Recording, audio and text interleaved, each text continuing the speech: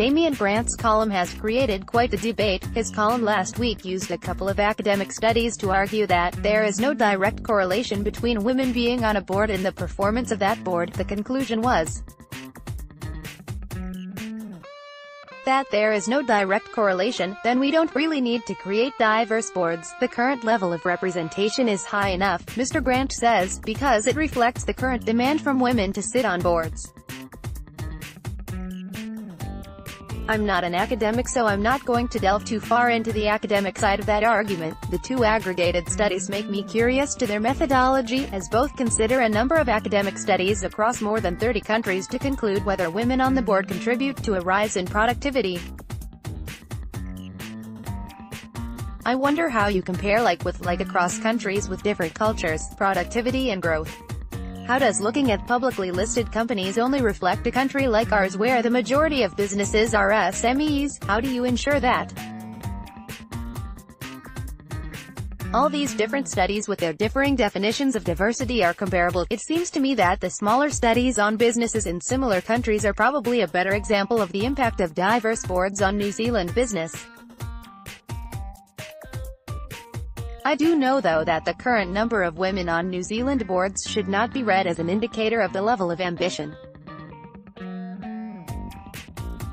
Women likely contribute a lot more to boards than we can currently quantify in New Zealand because we do not have statistics that show us the entire landscape of who sits on them. Much of the debate on women on boards in New Zealand focuses on just the publicly listed companies, where women make up only 19% of board composition. These figures do not include women's contribution to IWI boards, school boards, not-for-profits, SMEs and the numerous other organizations that support New Zealand's economy and provide essential services.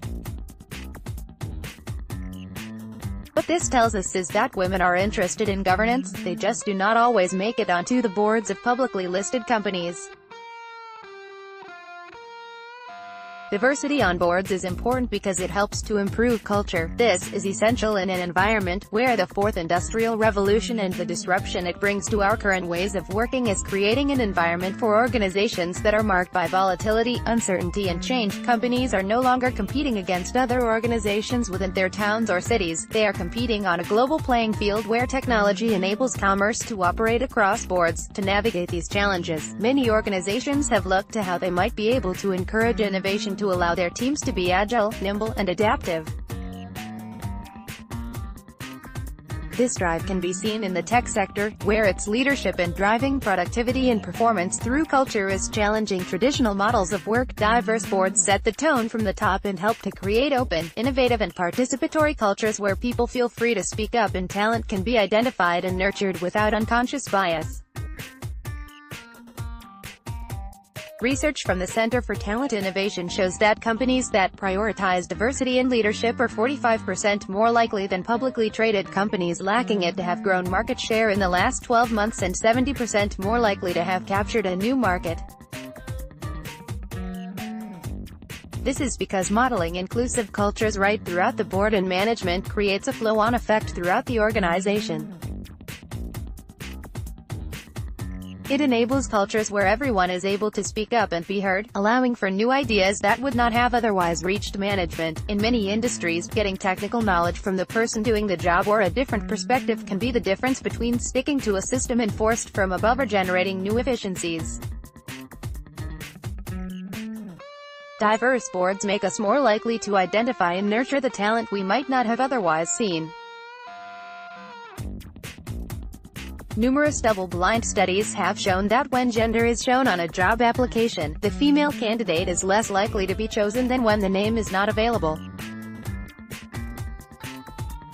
When leadership reflects a diverse group, it means that this unconscious bias is less likely to be taken into account and a true meritocracy develops where stereotypes on particular groups do not drive decisions.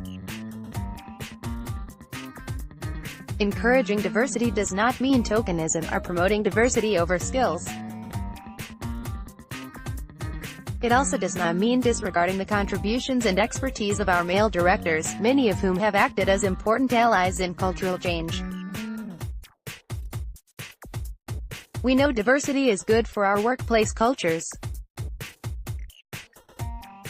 There is research that shows it increases employee engagement, customer service and satisfaction, which all help drive company performance and deliver on the board's responsibility for delivering long-term value. Women constitute 50% of our workforce and 50% of our consumers. It makes sense that we encourage initiatives to increase their participation on boards. After all, if we relegate talent and ambition to one gender, one age or one ethnicity, we might miss opportunities to promote our best talent. Kirsten Patterson is Chief Executive of Institute of Directors. This is supplied content and not commissioned or paid for by NBR.